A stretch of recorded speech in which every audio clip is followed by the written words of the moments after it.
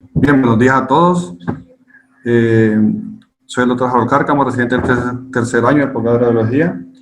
El día de hoy, como está programado, los días viernes revisamos algunos temas ginecológicos. El día de hoy vamos a hablar de una patología poco frecuente, pero muy importante al momento de evaluar el dolor pélvico, como es la torsión ovárica.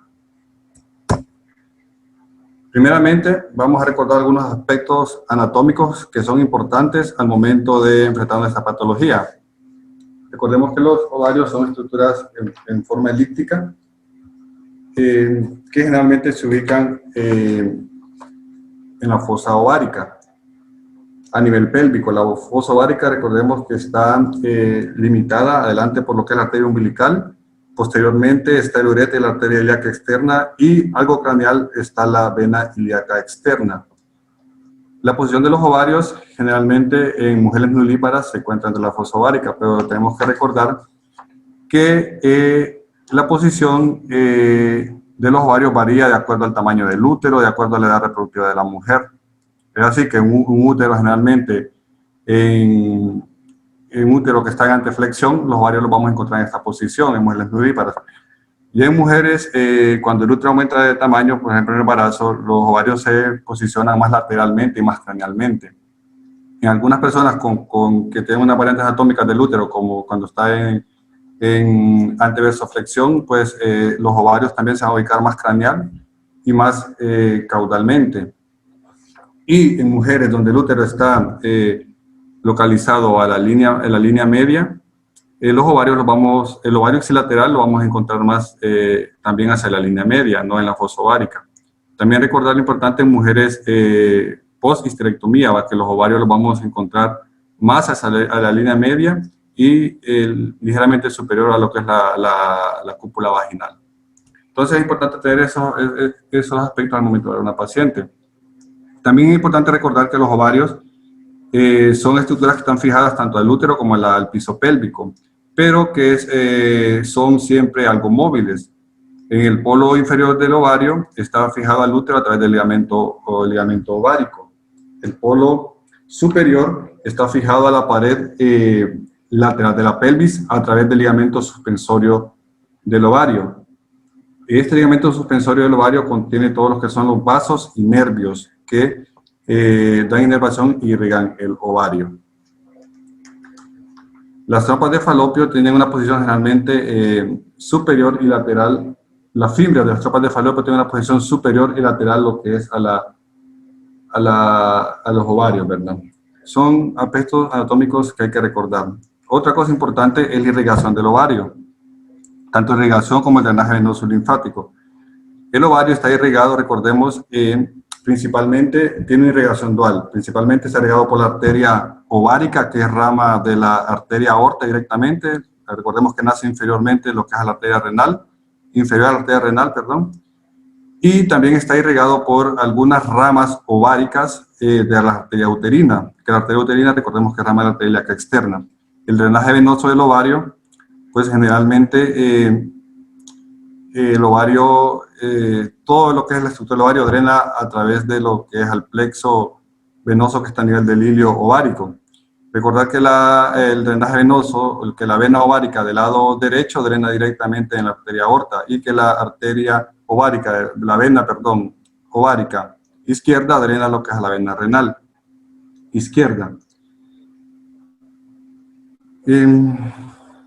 Eso con anatomía más o menos para terminar. Ecográficamente, pues los ovarios se caracterizan por ser unas estructuras elípticas que tienen una corteza y una médula. La corteza algo ecogénica, la médula es ecogénica, y la corteza un poco más ecogénica que contiene los folículos ováricos a nivel de la periferia. También es importante mencionar que desde el punto de vista ecográfico, los ovarios van a variar de forma según la edad de la paciente y según lo que es el ciclo ovárico, que tenemos que tenerlo en cuenta siempre al momento de evaluar los ovarios de esta paciente para diferenciar lo que es anormal y lo que es anormal. Siempre recordar que en la fase proliferativa más o menos el día 11, del día 1 al 14 del ciclo menstrual, por efectos de la hormona FSH y la LH, vamos a tener un ovario que puede estar con folículos abundantes aumentados de tamaño. Ya recordemos que al día 8-9 del ciclo menstrual, al día 9 del ciclo menstrual es cuando se da el folículo dominante que está destinado a la ovulación, aumentando de tamaño hasta aproximadamente 2.5 o 3 centímetros. Y ya cuando se produce la ovulación, hay rotura del folículo dominante, podemos encontrar escaso líquido en el fondo del saco, y podemos ya encontrar en la fase lútea del 14 al 28 días aparece el cuerpo lúteo, que recordemos que se identifica como una imagen hipoisecoica de paredes engrosadas, ¿no? Con anillo periférico hipervascular, el denominado anillo de fuego, y que este cuerpo lúteo evoluciona después de lo que es la menstruación. Entonces son aspectos que tenemos que recordar siempre al momento de evaluar lo que son los ovarios. ¿Tiene ropa que me regale, tita? También recordar que el ovario posmenopáusico pues tiene esa característica trófica, a veces es poco distinguible, lo podemos confundir con una asa de intestino y contiene poco o nada de folículos, en caso de los ovarios posmenopáusicos. Para hablar de torsión ovárica es importante tener un parámetro en cuanto al tamaño ovárico, porque lo primero que vamos a ver alterado en la torsión es el tamaño del ovario.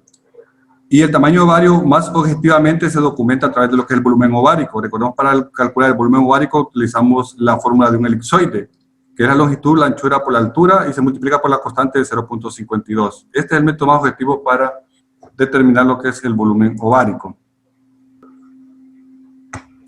Bueno, les hablaré entonces del tamaño ovárico. Para el tamaño ovárico hay que tener una referencia. Yo la que uso, la que tengo es esta, que las tengo en pantalla, que es la que está en nuestro libro de referencia de ecografía, que es la de Ruman. Realmente refiere que el volumen ovárico a los primeros 3 meses de vida anda en 3.6 cc aproximadamente. Desde los 4 meses hasta los 12 meses anda en 2.7 ml. Y a los 2 años el volumen se mantiene constante, de los 2 a los 5 años es constante hasta los 1.7 ml. En la menarquia, pues el límite superior, antes de la menarquia, el límite superior anda en 8 cc, perdón, en el rodeo de ahí, 8 cc. Y en una mujer adulta que menstrua, el volumen ovárico se considera normal hasta 22 cc, con un promedio en la mayoría de las mujeres entre 9.8 más o menos 5.8 cc. Y en la menopausia el volumen ovárico normal es hasta 8 cc. En la menopausia un volumen mayor de 8 cc en el ovario debe considerarse siempre anormal. Es importante tener esto porque lo primero que se altera en una torsión ovárica es el tamaño del ovario.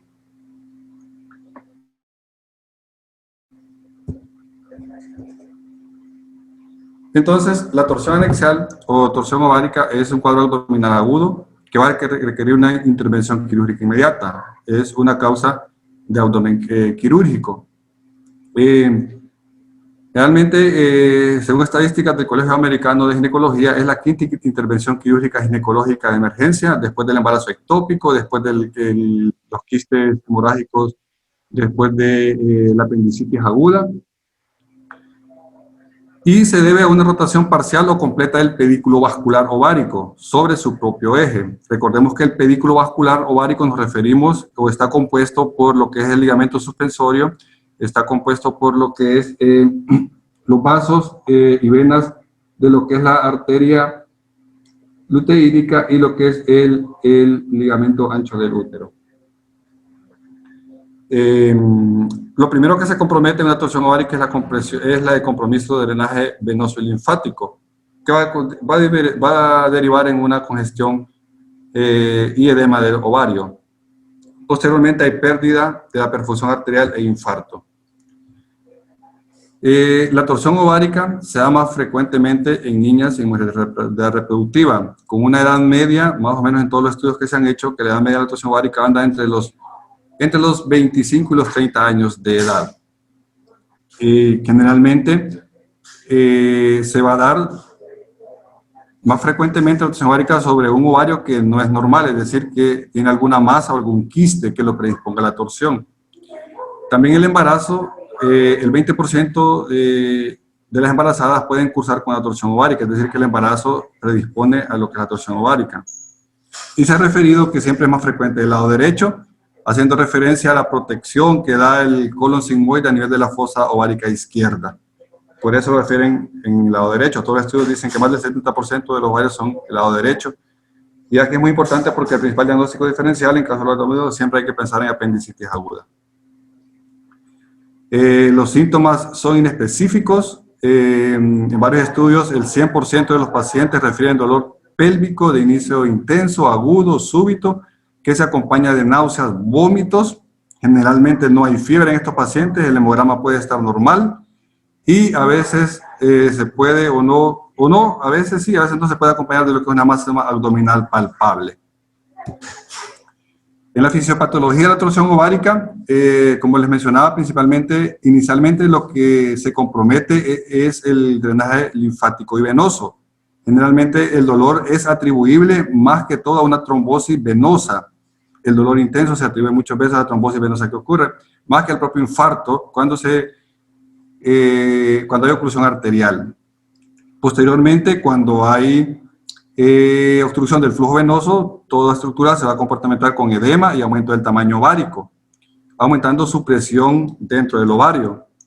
Y posteriormente, ya en las últimas fases, en cuanto a la fisiopatología, se produce lo que es la obstrucción arterial con trombosis, finalmente isquemia e infarto de lo que es el ovario. En muchas ocasiones, si esto no se resuelve, si esto no se trata, puede ocasionar una infección e inflamación sistémica que puede comprometer la vida de la paciente. Hay algunos factores predisponentes que generalmente la torsión ovárica se puede dar en ovarios normales, sobre todo en pacientes adolescentes, pero lo más frecuente es que la torsión ovárica se dé sobre un quiste o una masa previa que ya se conoce del ovario, que no se conocía, pero que existe la masa dentro del ovario. Recordemos que siempre la patología, las masas tumorales de ovario van a ser benignas siempre que encontremos torsión, ¿verdad? Las más frecuentes masas son los teratomas quísticos maduros, los quistes hemorrágicos y los cistoadenomas. En cuanto a las pacientes en edad reproductiva, pacientes jóvenes, porque al encontrar un quiste en una paciente adulta siempre hay que pensar en algo maligno, un quiste o una masa, ¿verdad? Y el embarazo, como les menciono, por ese movimiento o agrandamiento del útero que predispone los ovarios a ser más laterales y caudales, pues siempre es un factor de riesgo para una torsión ovárica, sobre todo aquellas pacientes embarazadas en los que han tenido reproducción asistida por estimulación ovárica, inductores de la ovulación. Los hallazgos por imagen, pues como les mencioné, lo primero que vamos a encontrar es aumento de tamaño ovárico unilateral. Es muy importante siempre comparar el ovario afectado con el ovario normal. Generalmente el ovario va a tener un volumen mayor de 20 ml o mayor de 4 centímetros. Vamos a encontrar que va a haber un parénquima heterogéneo debido a la hemorragia y el edema que da la obstrucción venosa y linfática y múltiples folículos corticales de la locación periférica en un ovario aumentado de tamaño es el signo más específico que podemos encontrar en una ecografía. Siempre podemos encontrar, como les mencioné, una masa anexial que puede ser quística, sólida o mixta. Puede haber líquido libre a nivel del fondo del saco de Douglas. Y la evaluación Doppler y espectral es muy variable. Puede estar ausente o disminuida el flujo, pero recordemos que un flujo Doppler arterial en un ovario que tenga clínica de torsión no excluye la torsión, porque recordemos la irrigación dual que les mencioné del ovario. La tomografía, pues, se pide en algunos casos cuando no es concluyente el ultrasonido. Y lo que vamos a encontrar es que es un ovario agrandado, hematoso, puede haber pequeñas estructuras quísticas periféricas y lo importante es que hay ausencia del realce. Puede haber borramiento de los planos grasos, hematoma y gas en la masa torsionada que podemos encontrar. Aquí les presento las imágenes de esta paciente de 18 años de edad con dolor pélvico agudo de inicio súbito que inicialmente se ingresó como una sospecha clínica de sospecha inicial clínica de una apendicitis aguda, pero al momento de hacer el ultrasonido a nivel pélvico, en la imagen A lo que encontramos primeramente es un ovario agrandado de tamaño, con un parénquima heterogéneo. y folículos agrandados hipertróficos hacia la periferia. Este hallazgo que vemos en la imagen A es el hallazgo más específico de la torsión ovárica. Es lo que nos dice, o al momento de compararlo con el ovario contralateral, lo que nos puede dar como lo hallazgo más específico en la ecografía. Un ovario hipertrófico, multifolicular, es el hallazgo más específico, como en este caso. Y en esta paciente, en la que 24 horas después se le hizo un control, la imagen B, donde el ovario tiene 4 veces más el tamaño que en la imagen anterior. Y está más heterogéneo el parénquima y el flujo Doppler está ausente en este paciente. En este otro caso, como les mencioné, siempre o lo más frecuente es que la torsión ovárica se dé en el contexto de una masa anexial, sea quística, sólida o mixta. En este paciente a nivel del ovario derecho, observamos que está aumentado de tamaño, heterogéneo. Vemos que es predominantemente hiperecogénico, pero con refuerzo acústico posterior, lo que nos da la naturaleza que es quística de esta masa. Y se le realizó una tomografía a esta paciente, porque inicialmente también se ingresó como sospecha de apendicitis aguda, refiere a la bibliografía. Y miren lo complejo de que debido a la reacción inflamatoria que produce el ovario, el apéndice en la tomografía se ve también aumentada de tamaño. Pero en el postoperatorio se vio que era un ovario inviable, torcido, en el contexto de un quiste hemorrágico en el lado derecho. Como también les mencioné, el embarazo predispone a lo que es la torsión ovárica. En este paciente con 10 semanas de embarazo, con dolor intenso, tipo cólico, náuseas, vómitos, se realiza una ecografía transabdominal donde se ve el útero ocupado por un saco gestacional y hacia el lado derecho se ve una masa, una lesión quística con ecos y observamos una imagen nodular hiperecogénica hacia la parte inferior de dicho quiste que es un signo de un teratoma torcido. Fue el diagnóstico postquirúrgico de esta paciente. Mencionamos que lo más frecuente es que se da en mujeres en edad reproductiva, mujeres embarazadas, pero miren que también puede pasar en pacientes de la tercera edad, como esta paciente de 89 años de edad, ya era conocida por una masa anexial, se presenta con dolor abdominal intenso en hipogastrio, hacia la fosa ilíaca derecha de inicio súbito, y al realizar la ecografía pues se ve esa masa de importante tamaño hacia la línea media, con ecos.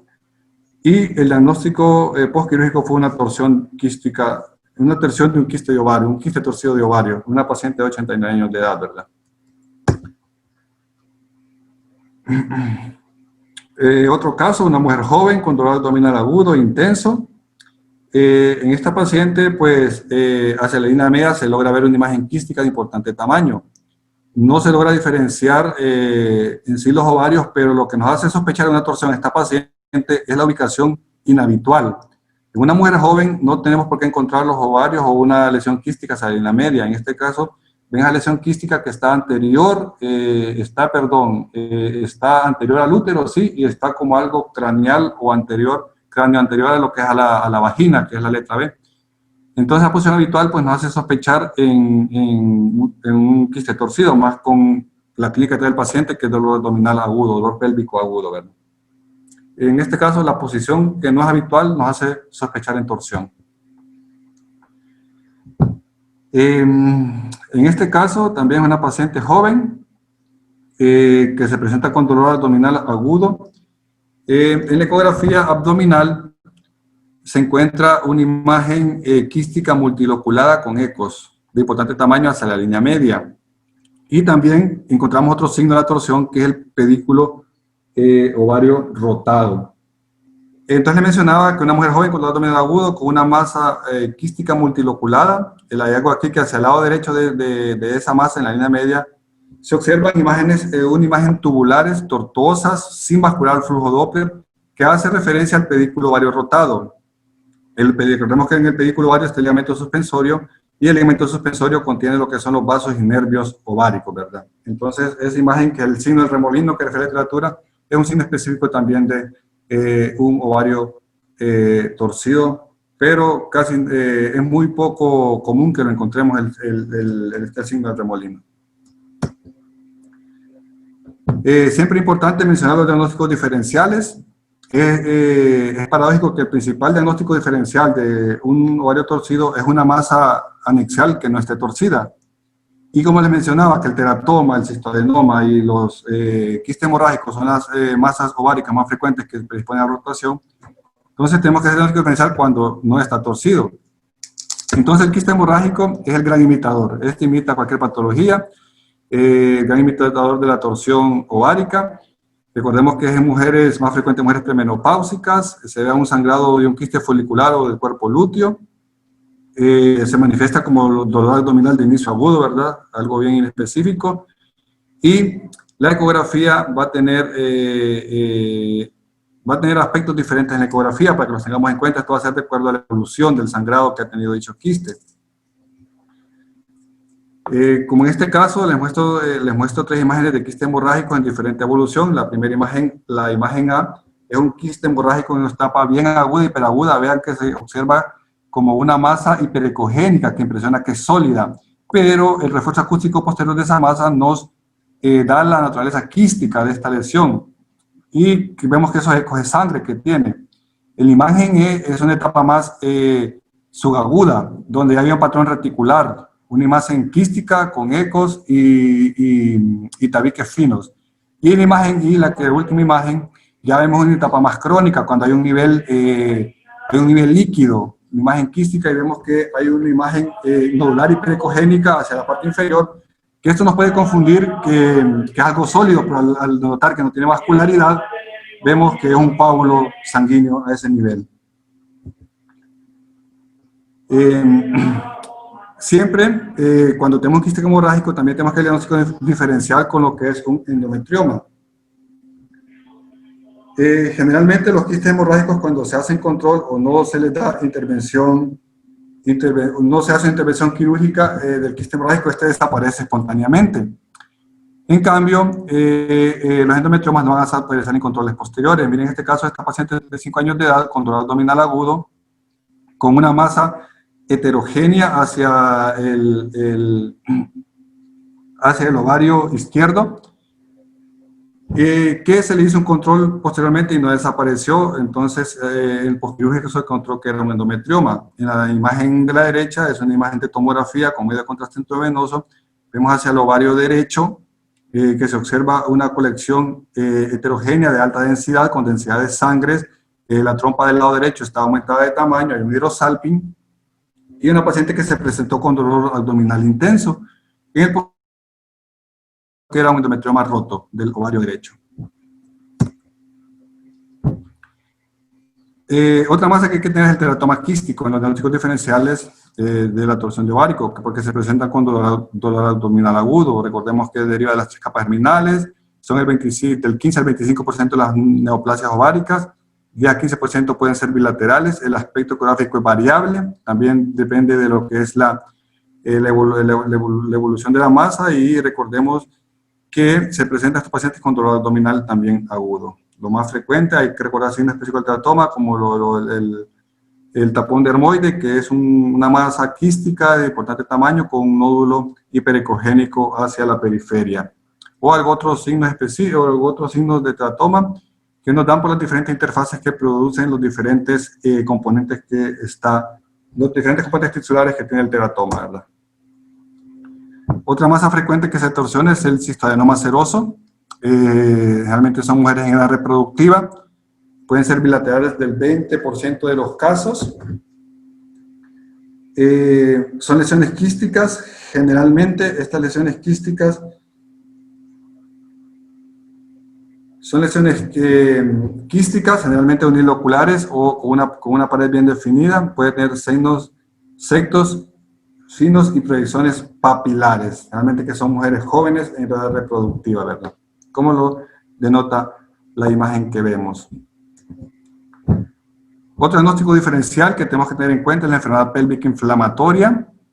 En estos pacientes, ¿por qué? Porque se presentan con dolor abdominal agudo. Siempre recordemos a estos pacientes, la historia clínica es importante, la vida sexual de las pacientes, la historia de fiebre, la historia de leucorrea. Es siempre tener en cuenta que el clínico nos mande esos datos o nosotros interrogar a la paciente al momento de hacer el estudio. ¿Por qué? porque generalmente las manifestaciones ecográficas o por imagen de la enfermedad pélvica inflamatoria van a ser indistinguibles a veces de una masa anexal torcida. Por ejemplo, podemos encontrar endometritis, podemos encontrar colecciones en el fondo de saco de Douglas, podemos encontrar inflamaciones de periováricas como Piosalpin y Rosalpin, un complejo tubovárico o abscesos tubováricos. Todos esos hallazgos por imagen que se manifiestan en enfermedad pélvica inflamatoria pueden ser indistinguibles por imagen de una masa anexal torcida, por lo que la historia clínica es indispensable. Otra masa importante y que es casi exclusiva del embarazo es los ovarios hiperestimulados. Un ovario hiperestimulado, que son aquellas pacientes que ocuparon reproducción asistida para inducir la ovulación. Realmente es una complicación iatrogénica de esto. Hablamos de síndrome de hiperestimulación ovárica cuando se acompaña de aumento de peso, dolor abdominal intenso y distensión abdominal. Generalmente los pacientes que terminan en cirugía por una estimulación ovárica son pacientes que tienen la modalidad grave, es decir, que han aumentado de peso más de 5 kilos, que el ovario tiene un tamaño mayor de 12 centímetros y que se presenta también con ascitis y derrame pleural. En esta imagen, en la primera imagen que vemos un ovario totalmente hipertrófico, aumentado de tamaño, con múltiples quísticas que tienen componente hemorrágico. Y vemos que en esta misma paciente, al hacer un abordaje más al hipocondrio derecho, vemos la abundante cantidad de líquido que hay a nivel subdiafragmático derecho. Y entonces, cuando lo encontramos con la ascitis, el derrame pleural, estos pacientes, por disminución del volumen intravascular, pueden tener hipotensión, pueden tener oliguria, desequilibrio electrolítico, es decir, una paciente grave, en contexto también de una paciente embarazada, ¿verdad? Entonces, siempre hay que tener en cuenta este diagnóstico diferencial. Y cuando no el embarazo ectópico, siempre recordar en esos pacientes con dolor pélvico agudo, la prueba de embarazo, aunque se enoje la abuela, se enoje la pastora, se enoje quien se enoje, la prueba de embarazo en estos pacientes. ¿Por qué? Porque se puede manifestar como una masa anexal también, que es indistinguible de una torsión de ovario, puede ser totalmente indistinguible, el saco gestacional ya puede estar hemorrágico, puede estar en cualquier lugar y puede ser indistinguible de un ovario torcido. El embarazo ectópico, recordemos que es el más frecuente, es el tubo ovárico, en la mayoría de los casos es el tubárico. En este caso que vemos a nivel de la trompa del lado derecho, una masa heterogénea, con un componente quístico que es generalmente al saco estacional, la vascularidad, pues vemos que está un poco disminuida en este caso, y pues el hallazgo postquirúrgico fue un embarazo ectópico tubárico. Y en el caso de la apendicitis aguda, que siempre hay que tenerla presente en estas mujeres jóvenes, mujeres adolescentes o jóvenes en edad reproductiva que cursan con dolor pélvico, sobre todo el lado derecho. Como les mencioné, el lugar que más el ovario se tuerce es del lado derecho, y por eso la apendicitis aguda siempre hay que tenerla presente en estos pacientes. Clínicamente pues, pueden ser indistinguibles, aunque recordemos los signos de la apendicitis, como el síndrome del obturador, que puede estar frecuente y no puede estar en el ovario, sobre todo por la asociación del apéndice que está más cerca de lo que es el psoas, ¿verdad? Del músculo psoas. Pero generalmente en la clínica, y nosotros recordemos que a nuestros servicios muchas veces llegan los pacientes sin un diagnóstico clínico claro. Entonces siempre recordar que podemos encontrar en la fósila derecha la imagen tubular, la peristáltica, no compresible, que a veces podemos encontrar el apendicolito, que puede haber líquido libre escaso periapendicular, para que siempre sea un diagnóstico que tengamos presente en el paciente y le podamos llegar al paciente con un diagnóstico exacto. Y pueda operarle al servicio que amerite, ¿va? Porque recordemos que los que operan los apéndices son los cirujanos y los ginecólogos en su caso pueden manejar la patología ovárica de mejor manera. Y es lo que les diría sobre la torsión ovárica. Es una patología que tenemos que tenerla siempre frecuente en casos de dolor pélvico, sobre todo en mujeres jóvenes. Más o menos lo que tenía para el día de hoy. Si tienen preguntas, dudas o comentarios.